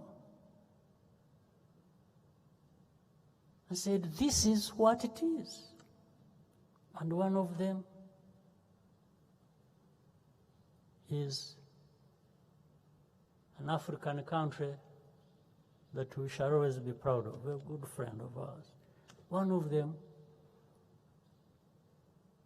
represented by a man I remember called Gambari of Nigeria. Nigeria stood out and said no. Said there's a problem there and we must call it what it is. And Professor Gambari was there, and Nigeria was, no, we shall always be proud of Nigeria. And then there was Czech Republic, there was New Zealand. These countries you do not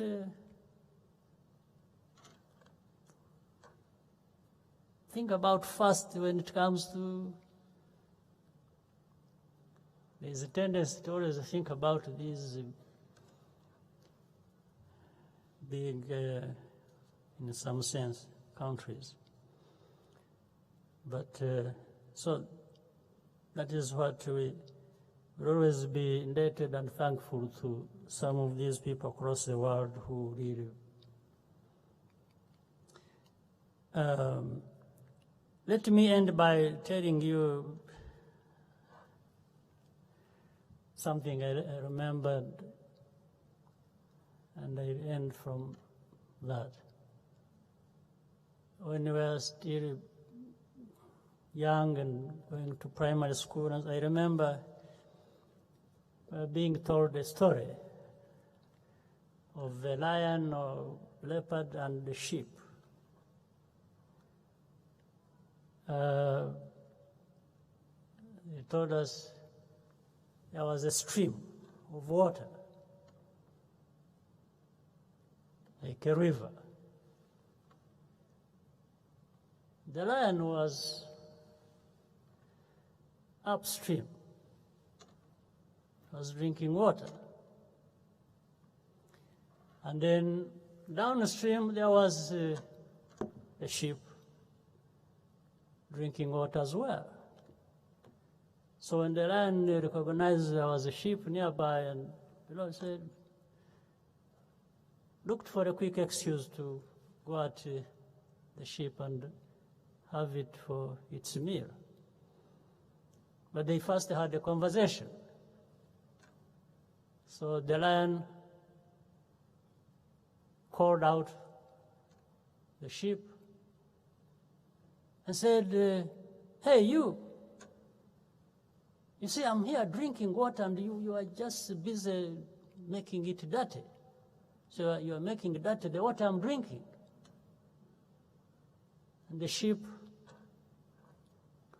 humbly said, but sir, I'm downstream. Where I'm drinking the water from, even if I was making it dirty, it's not coming up to you, it is continuing. So the lion got angry, said, felt provoked. Said, how dare you answer back to me like that? You are even abusing me.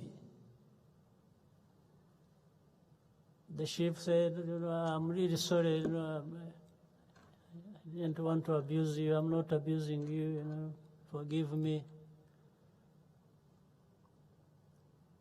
Said, even the other day, actually you abused me. Then the sheep says, no, but sir, it's the first time I have come to drink water from here, so it's not me. And the lion said, you see, you're really, annoying me. If it's not you, if it is your brother, your sister, or you, who was here, how? So he said, no, sir, I'm not even aware of my sister or brother that came here. I have come from so far away, it's the first time.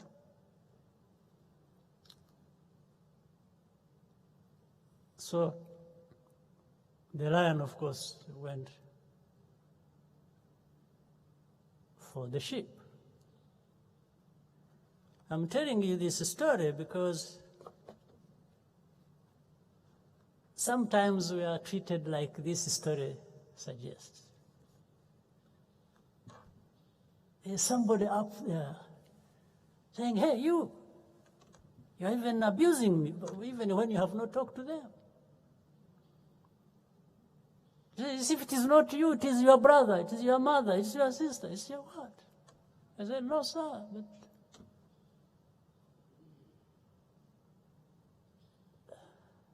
I think some people have been doing that to us. But let me tell you,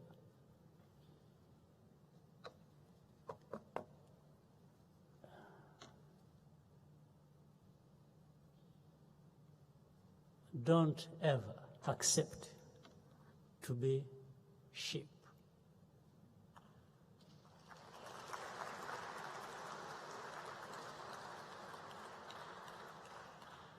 I don't even aspire or want to be this kind of lion.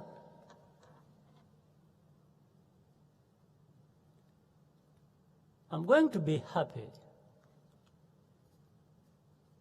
being who I am that will challenge this lion. Thank you very much.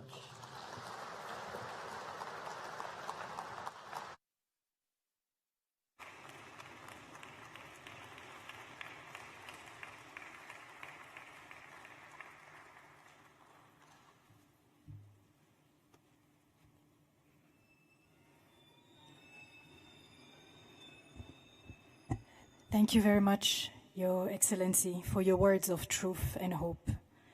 I would now like to invite once again the young people of the Nyundo School of Music who represent the youth of Rwanda and who have taken to heart today's important message of commemoration. Thank you.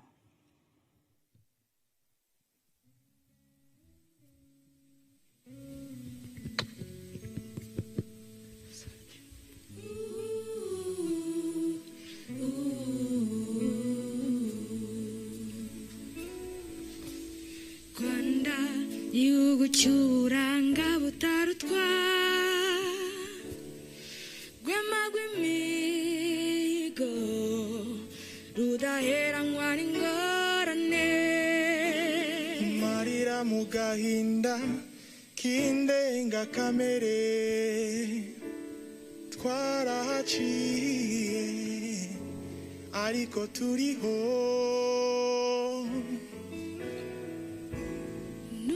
ijoro ryasaga n'iritazacya twanze guheranwa n'agahinda turibuka ariko twiyubaka abo wavukijwe Rwanda ntibazagaruka ariko batuye imitima tugutuye turabunamira twiyubaka kandi tujya imbere. Do we need over 1 million eyes to see that genocide is a shame to the human race? We rose from the pain, from the tears, from the ashes. How much longer do we have to say never again? Sorori baruwariraye bana b'u Rwanda dufatiye mbere turwanye ikibi dushyira mu mwijima abo wavukijwe Rwanda ntibazagaruka ariko batuye imitima tugutuye turabunamira twiyubaka kandi tujya imbere. 27 saisons passées à réapprendre à aimer, tâchant de faire que nos enfants aient raison d'espérer. Intambwe utera niryo shema tugukesha tubibonamo intero idusaba inyikirizo wa mushumba dutezeho uru rumuri dufite mu biganza byacu Rwanda tuzarurinda icyarungabanya cyose umwijima ntuzagaruka ukundi.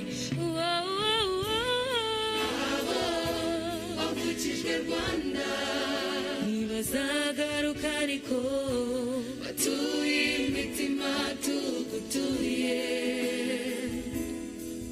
turabunamira twiyubaka kandi tujya imbere.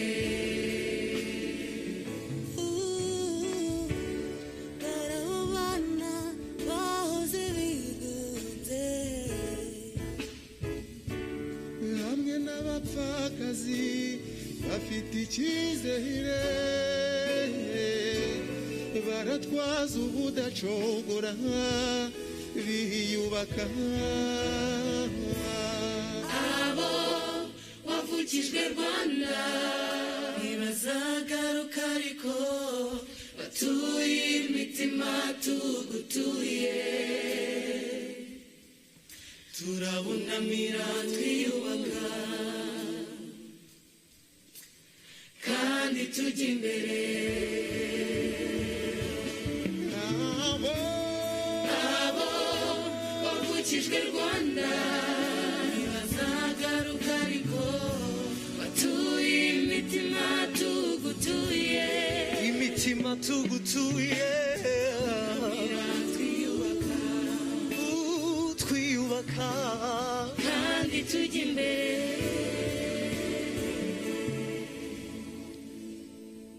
Excellencies, honorable guests, ladies and gentlemen, we are coming to the conclusion of our ceremony and thank you for your support on this important occasion as we honor those we lost, those who survived, and the country that we are today. Twongere tubashimire kuba mwabanye natwe kuri uyu munsi. Ku banyarwanda n'inshuti z'u Rwanda mwese mwadukurikiye, dukomeze kwibuka twiyubaka muri iki cyumweru cy'Icyunamo. Nk'uko bisanzwe, ibikorwa byo kwibuka birakomeza mu gihe cy'iminsi 100. Twubahiriza amabwiriza yo kwirinda coronavirusi kuko abacu bifuza ko tubaho. Dukomeze kuba hafi abarokoze jenoside yakorewe abatutsi, twibuke twiyubaka. Please remain in your place as His Excellency the President and Her Excellency Madam First Lady depart. Thank you for being with us today.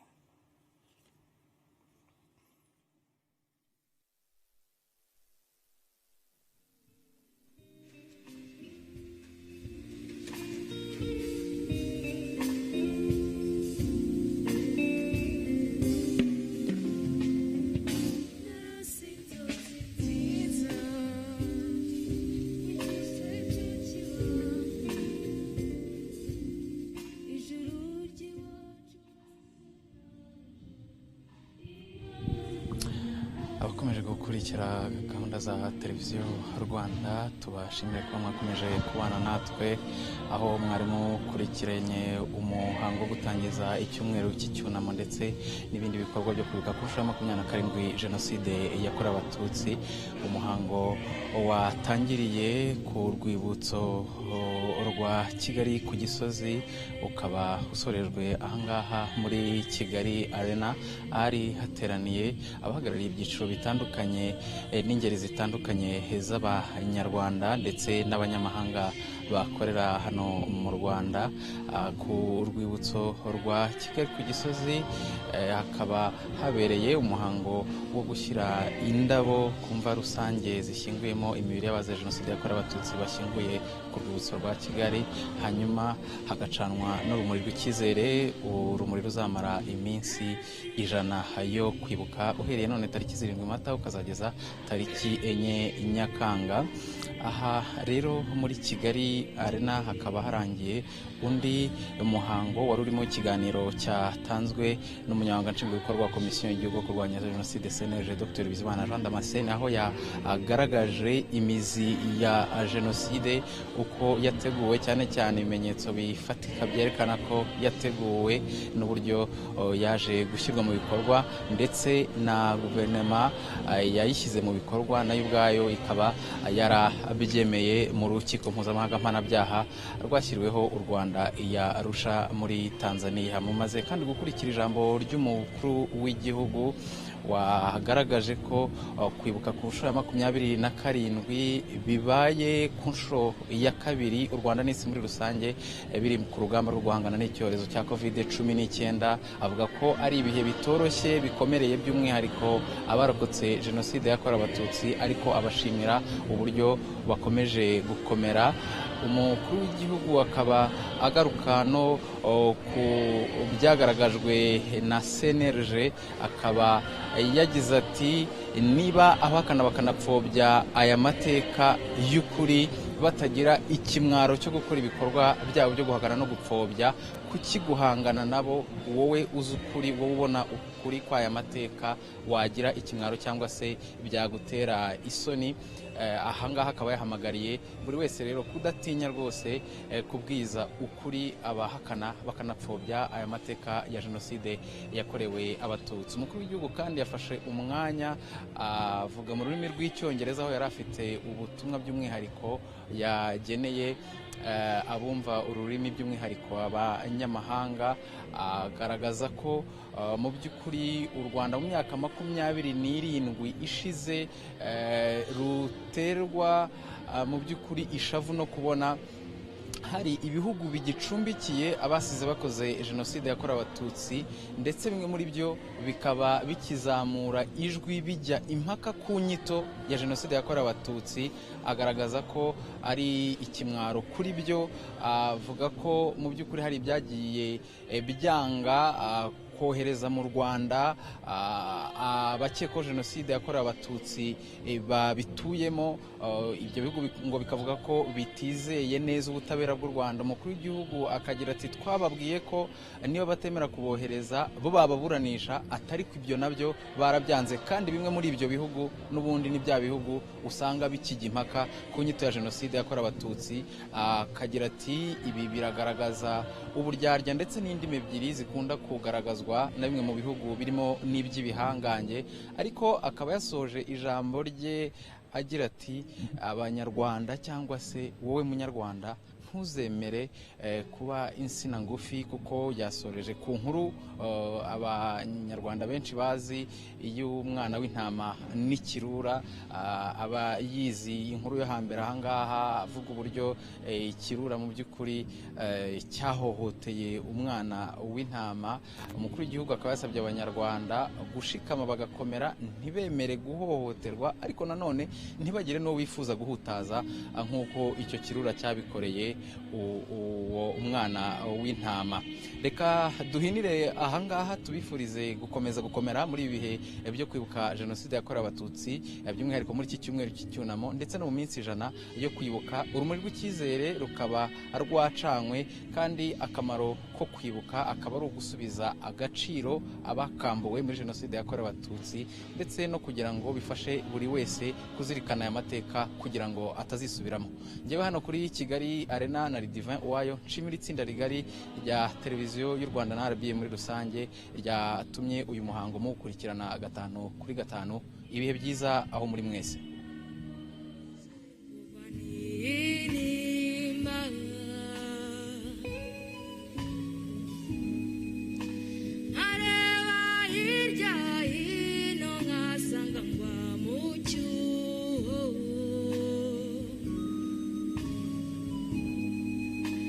Enough.